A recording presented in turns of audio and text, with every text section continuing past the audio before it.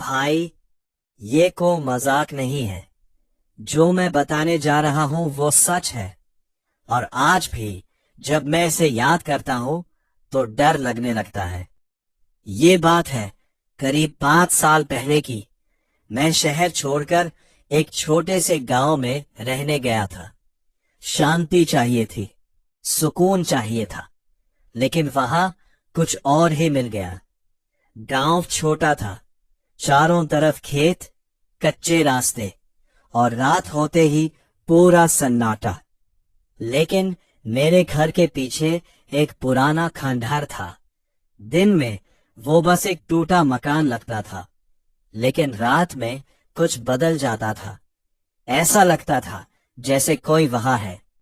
पहले दिन से ही मुझे अजीब सा फील आता था, जैसे कोई मुझे देख रहा हो। एक रात करीब 1 बजे मेरी आंख अचानक खुल गई। ना कोई आवाज, ना कोई सपना, फिर भी दिल बहुत तेज धड़क रहा था। ऐसा लग रहा था जैसे कमरे में कोई और है। मैंने इधर उधर देखा, कोई नहीं था। मैं खुद को समझा ही रहा था कि तभी चर्रर, खिड़की अपने आप खुल गई। ठंडी हवा अंदर आई और उसके साथ एक धीमी आवाज, मैं वापस आ गई। मेरे हाथ पैर ठंडे पड़ गए, गला सूख गया। मैंने तुरंत खिड़की बंद की और पूरी रात जागता रहा। सुबह मैंने गांव के एक बुजुर्ग से बात की।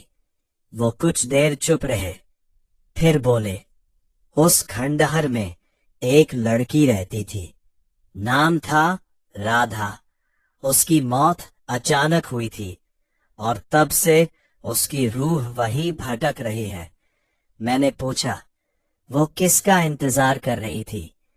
बुजुर्ग ने मेरी आंखों में देखा और धीरे से बोले, तुम्हारा। मैं हंस पड़ा, ये कैसे हो सकता है? लेकिन उस दिन के बाद सब कुछ बदल गया। रात होते ही मुझे बेचैनी होने लगी, जैसे कोई मुझे बुला रहा हो। तीसरी रात मैंने फैसला किया, आज सच पता करूंगा। करीब 12 बजे मैं उस खंडहर के अंदर गया। अंदर एक अजीब बदबू थी। दीवारों पर खरोंच के निशान थे। तभी धड़ाम, दरवाजा अपने आप बंद हो गया। अब डर सच में लगने लगा था। मैंने पीछे मुड़कर देखा और वो वहां थी। लंबे काले बाल, चेहरा आधा छुपा हुआ और आंखें चमक रही थी। वो धीरे धीरे मेरी तरफ आई और बोली, तुम आ ही गए। मैं कुछ बोल नहीं पाया।